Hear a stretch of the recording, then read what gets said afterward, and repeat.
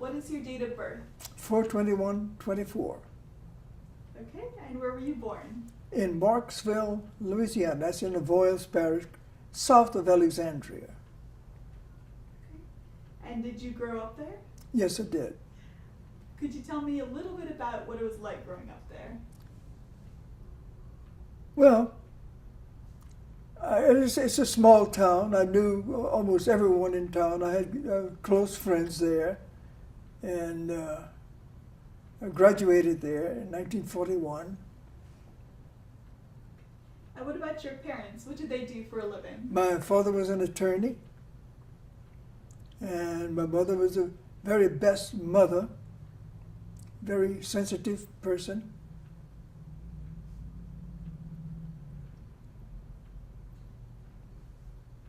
And what about, did you have siblings?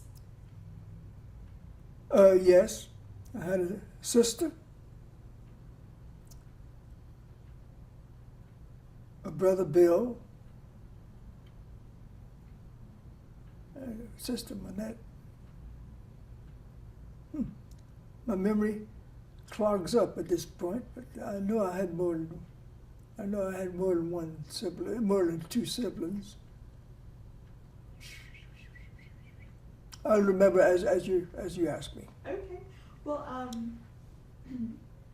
what was it like in the neighborhood that you grew up in? What kind of neighborhood was it? Very, very close. We lived at first with my grandfather's place, and that was enjoyable.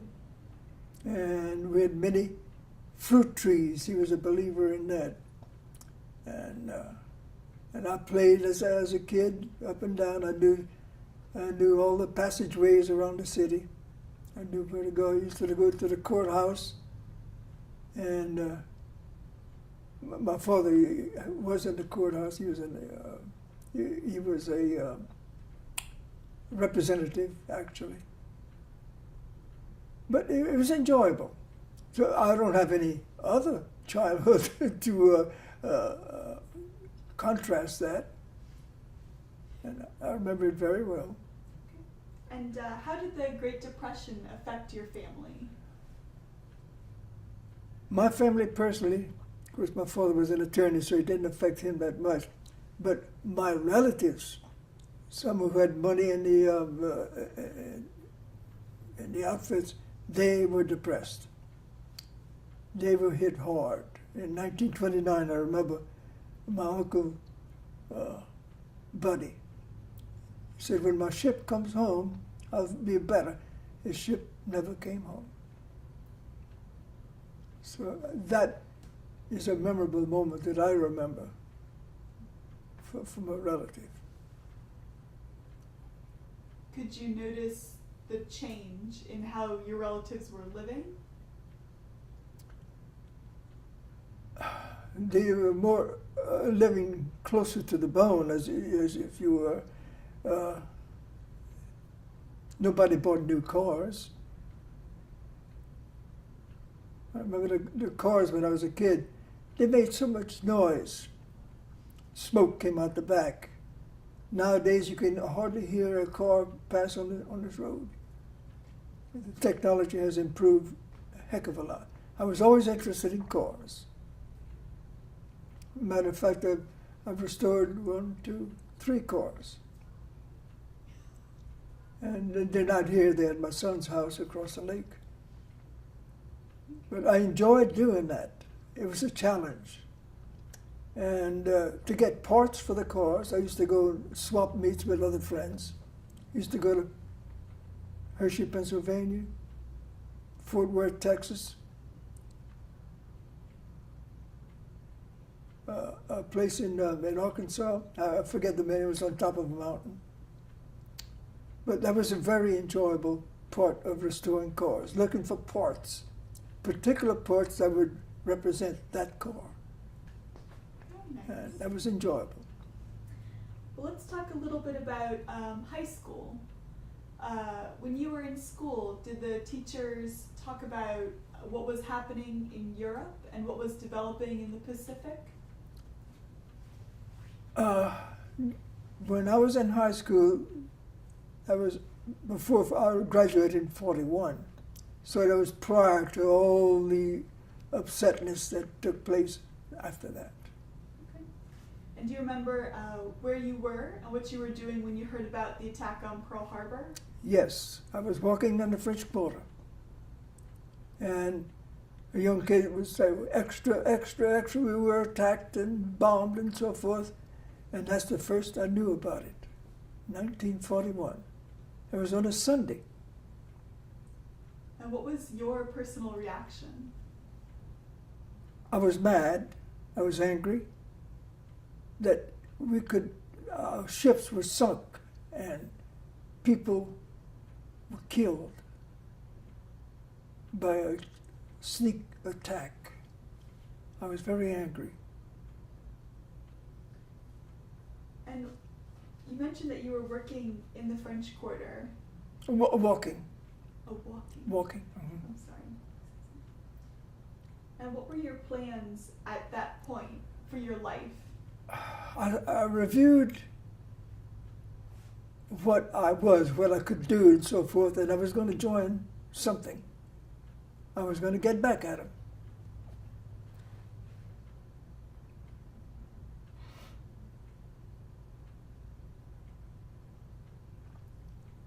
I was mad. Oh well. Did you talk to your friends about that? Yes, I said I was gonna join some branch of the service and get back at the people who did that.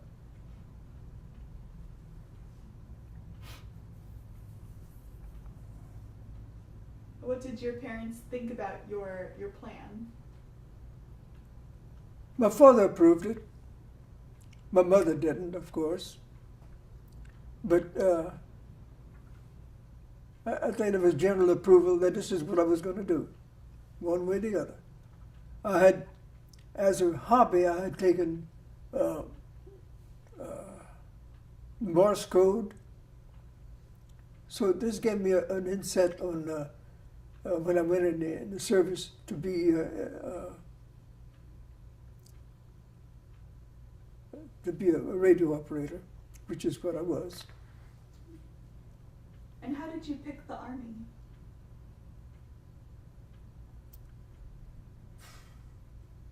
Well, I'd seen screen versions of the Marines walking, running in the battlefield, and some of them would drop over barbed wires so the others would run over them. I said, I don't like that. So I want something a little more elevated than that, and which I got. I know you had mentioned an interest in cars. Did you also share an interest in airplanes? Actually, I had not too much of a choice there. I didn't have too much. I took my training in Florida, and we picked up a brand new B-17 and flew it up to Newfoundland, and from Newfoundland to Reykjavik, from Reykjavik down to London, Peterborough, which is a little northwest of London, and that was my home base. That's where we flew from. That's where we returned in the afternoon. Except if we had too much fog, then we went up into Scotland and had to land there. Right, I'm backing you up just a little bit if you don't mind. Sure. When you were actually called up to go into the military. I wasn't called up, I joined. When you actually joined to go in, did your family have a going away party or? No. It was a done deal. Everybody felt anger at the people who would do a thing like that. And actually, later on, I had a couple of friends who were on a boat in Pearl Harbor, and they had to dive overseas, dive in the water to escape the sinking of that boat. So that was closely related there. And tell me a little bit about your basic training that you went through. I was in Texas. We called it the pea patch. Everybody had to go through basic training. I mean, once you got in the service, no matter what. It was all dust. Well, I think I told you that. It was very dusty, but we still marched up and down and did this and then that. And that's the memory that I have of basic training. Then I was sent up into North Dakota for my radio training, where I had snow up to my knees in the morning. So there was a big contrast. And from there, I went to Yuma, Arizona, which was an entirely different atmosphere. It was heat. And before we could get in the plane, we had to practice going up and down over the Grand Canyon. And we had to go down to our shorts. It was that hot in that plane. The plane was nothing but a big aluminum cylinder with 4 engines. And that I remember very well. And what did you think of your training as a radio operator? It was very thorough. And I had decided this is what I wanted to be, so I studied my Morse code. I went up, we had to go up to at least 20 words a minute. I could receive at least 25 or 30 words a minute. Da-da-da-da-da-da-da-da. So it was interesting. Okay. And what did you think of your first time in a plane? It was interesting. I had complete faith in the pilot and the crew, and it was very, very interesting. Use 4 engines taking you off and so forth. Could you imagine floating up because of lack of gravity on the top of the wing and intense gravity on the bottom? And what about the first time you flew in a B-17? That was in Florida. I was taking my basic training there. Well, as far as I had advanced up to that point. And we used to go out, and it was a brand new crew, too. The pilot's name was Junior. And the first time we took off, he forgot to stand on the brakes before revving up the engines. And so but we got to the end of the runway, and we had run out of steam. So we came back, and he said,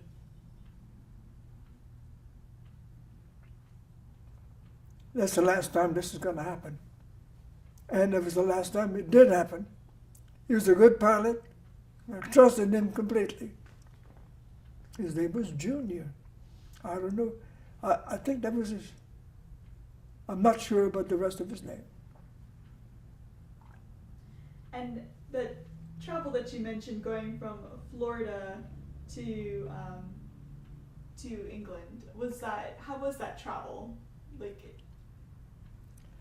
Actually, by that time I was an accredited radio operator.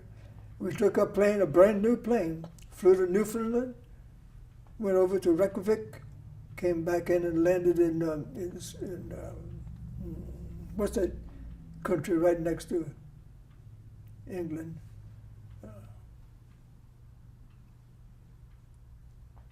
I don't remember the name. in Scotland? No, it wasn't Scotland. It was. It's attached right to England. Ireland? No, it wasn't Ireland. It's another little country. Anyway, I had to go to training to advance my training. And while I was in school, every afternoon we'd get what is called a buzz bomb. Buzz, buzz, buzz, buzz. Came across. That's about 6 o'clock. And the Germans did that to aggravate us, I guess. One day, however, the buzz bomb came, shut itself off, and turned around and came back. So that's when we hit the underground shelters. And I didn't trust them from that point on. What did you think about that? Ooh, I said, man, they were good technologists, the Germans. They were ahead of almost everybody, give them a little more time, I think they would have had an atomic bomb. They were working on the hard water. Yeah. So what did you think about the fact that you were going to be in combat? Actually, looking forward to it. I knew there was dangers involved in it. The flak, for instance. I told you about one of my basic jobs as a radio operator was to throw some tin foil out to screw up the measurements of the Germans so that the flak would be at a different height than we were flying at. That was one of my basic jobs. Could you kind of walk me through what else you were doing on the B-17 as y'all were going on missions? I was sitting down at my desk, operating a, I think the name of the radio was a BC 335, something like that. And if any messages came to divert our intended mission, or divert it to another mission, that was my job to take that, give that to the pilot and say, we should go here, we should go there.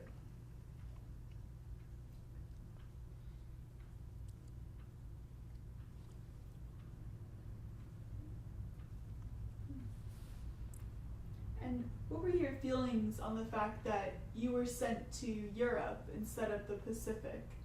I was glad, because reports had come back from the very primitive existence that you would have in the Pacific. I was glad I was going to an advanced country, with good habits and so forth. I was glad. And when you were in Peterborough, Mm-hmm. sorry, what did it look like? What did the setup look like? Where were y'all staying? Okay, we stayed in houses along the perimeter of the field.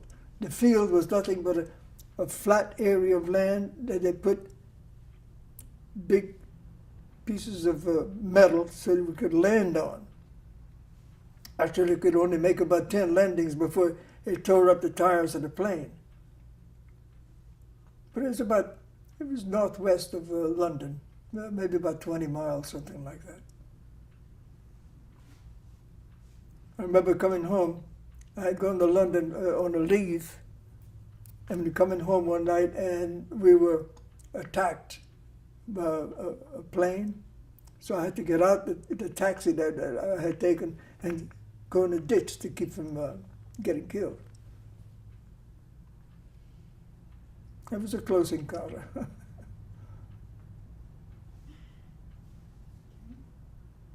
Right, so could you describe what a regular day was like if you were going on a mission?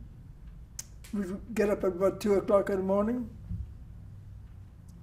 We'd be daily briefing, tell us generally about where we were going, go get breakfast, don't eat any food, like eggs that would generate gas on your stomach because we were, as you go up, you have less pressure on your belly. So, and then we'd go into the room where we kept our heated equipment. I'd put on my heated vest, plug it into my pants plugged into my boots. Everything was heated off the electricity from the plane.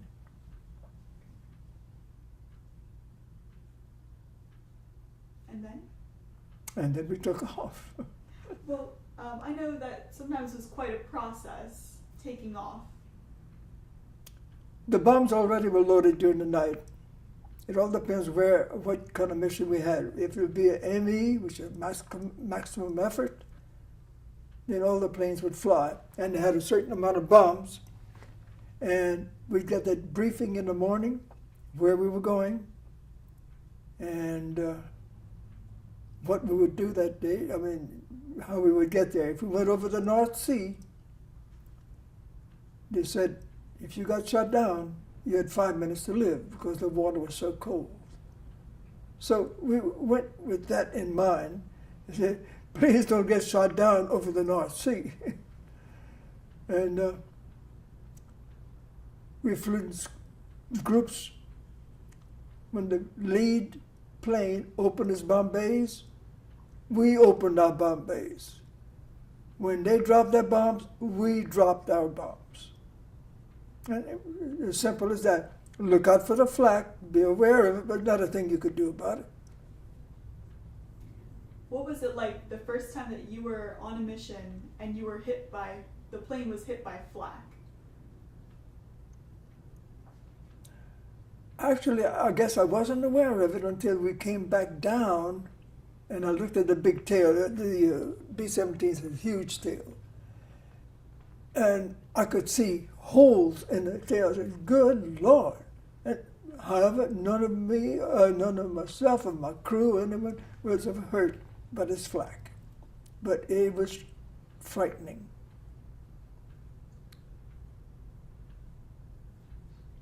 Do you remember your first mission? Not really, but I had to have confidence in the pilot and the co-pilot and the bombardier and the navigator who sat up in the front of the plane. I had confidence in them. I had to. Here I'm sitting in the middle of the plane. I have no control over it. I don't have any control at all. And you had to have confidence in your crew that you would go and come back. Do you have any missions that really stood out to you? Maybe like a close call? Yes. The Germans had developed a jet plane, very fast. Every time they made a pass at a group of our B-17s, one of the 17s went down. So they hit I think it was our outboard engine. And Junior, the pilot, says, get ready to parachute out. Whoa, I said, good Lord.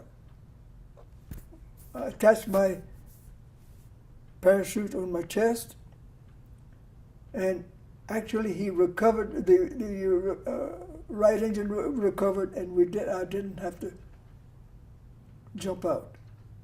But my blood froze. I had never even practiced parachute jumping. So I clutched my parachute. We were clutched on the chest over here. Clutched it, I was ready to go. And I never did have to do it, thank goodness.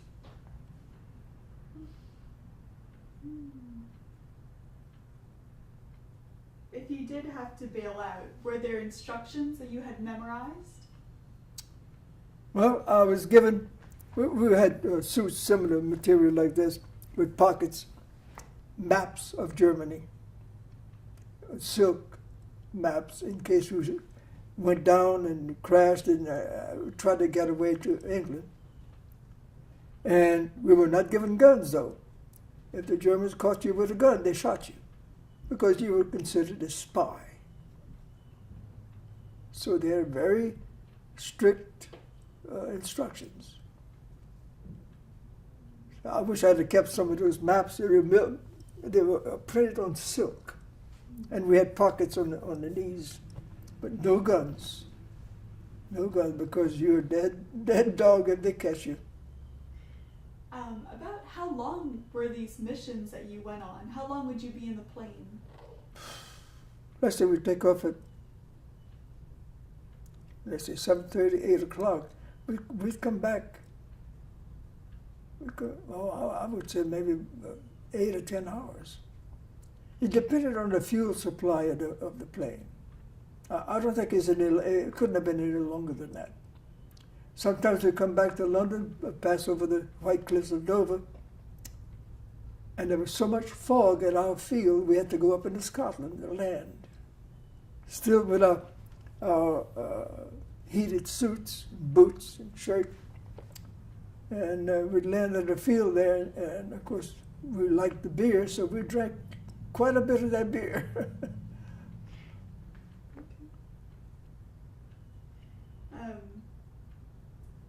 Besides the plane coming through while you were getting out of the taxi, did you have other close calls when you were in England?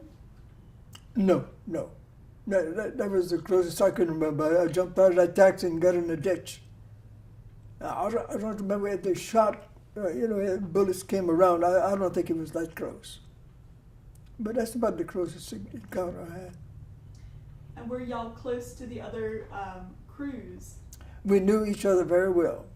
Well, on the off times, we used to go to ballrooms on Pass in London and so forth, and we'd pretend we didn't know each other, although we did know each other. But I remember one time,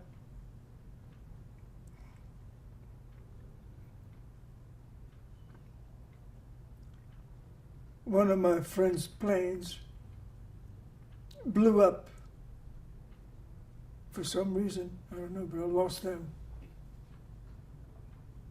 ahead of us.